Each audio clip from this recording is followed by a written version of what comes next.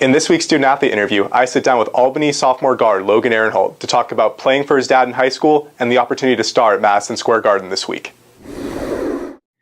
After battling a severe foot injury that left him sidelined for over a year, Albany sophomore guard Logan Aronhalt has emerged as one of the elite scorers in the America East, averaging 14.8 points per game in his first full healthy season since high school. Aronhalt has also emerged as the leader for the young Great Danes, serving as a co-captain despite his sophomore status. All right, America East fans, I'm here with sophomore forward Logan Aronhalt of Albany. How's it going, Logan? Pretty good. Now, the interesting thing about you, Logan, is that you came to Albany with a lot of hype. I think people thought you were going to make a big impact early on, but you battled a foot injury. Can you talk a little bit about what the injury was and what it was like being away from basketball? It was definitely one of the most difficult years of my life. I'd never been hurt in high school. I started all 96 games for the varsity team. I never really had a serious injury, just a couple bumps and bruises. Coming in here, it's the first thing that happened to me. I was injured. I was out, for 12 months basically in a walking boot. I just tried to stay as focused as I could on basketball, just what I could, stay in the weight room, try to lift, some upper body stuff, and just mentally it was a grind for me. But a lot of people just try to keep me upbeat and keep me positive, and it worked pretty well. And sometimes people talk about when they get hurt that when they're away from the court they learn a lot about how to improve their game just by watching. Do you think that by sitting out of it all you almost got a better grasp of how to run the offense when you got here? Almost had like a better feel for what the speed was going to be like at the Division I level? Yeah, definitely helped me watching the game, learning about the different players in the league. Really traveling with the team, not playing to give me a sense of what it's like to be a college player, and just getting a feel for Coach Brown and his offense.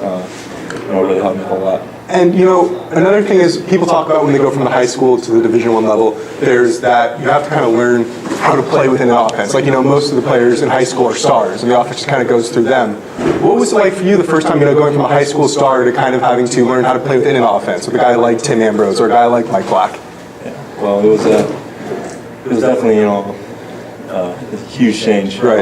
It was 100% different from high school to college. I played for my dad in high school, and basically the offense was running through me and our point guard. So coming here, learning a new system, a new flow, it was difficult, but it helped me sit in here and watching it. Now, you mentioned you played for your dad when you were in high school. Were there any advantages to playing for your dad? Being a coach's son, anything you pick up a little bit faster, a better understanding of the game. Obviously you probably grew up around basketball.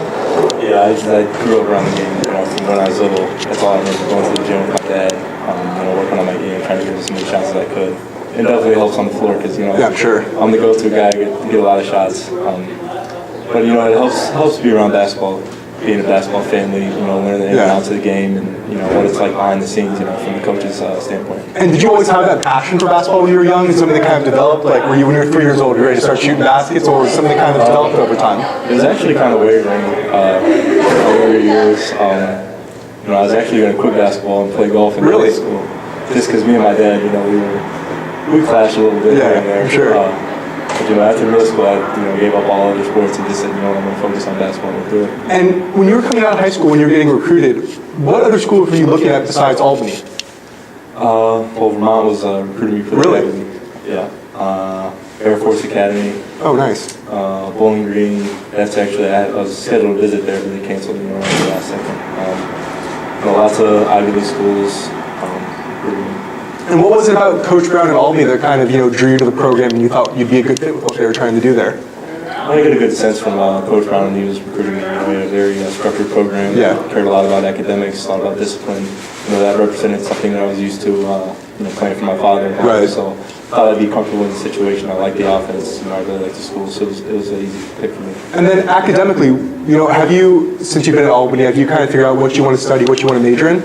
Yeah, actually, I think breaking my foot kind of sparked an interest in human biology. I came in as a business major, kind of not knowing well. But being hurt for a year and being in the doctor's office probably every week, kind of sparked my interest in the human body and how it works. So that's how I chose how major. And so with that major, when your basketball career is over, whether it be when you're done at Albany or whether after playing professionally, what do you kind of want to do with that major, with human biology? I still got to work with sports. I can't imagine life without basketball and being around sports. So I think I want to work with athletes and help their performance out. And then coming up, you guys have a game against Boston University that's a little bit unique in that it's going to be played in Madison Square Garden. Can you talk about as a basketball junkie like yourself, what's it going to mean for you to play at the mecca of basketball, really, in New York City. It's going to be exciting. It's Yeah. going to be the most exciting place I've ever played in.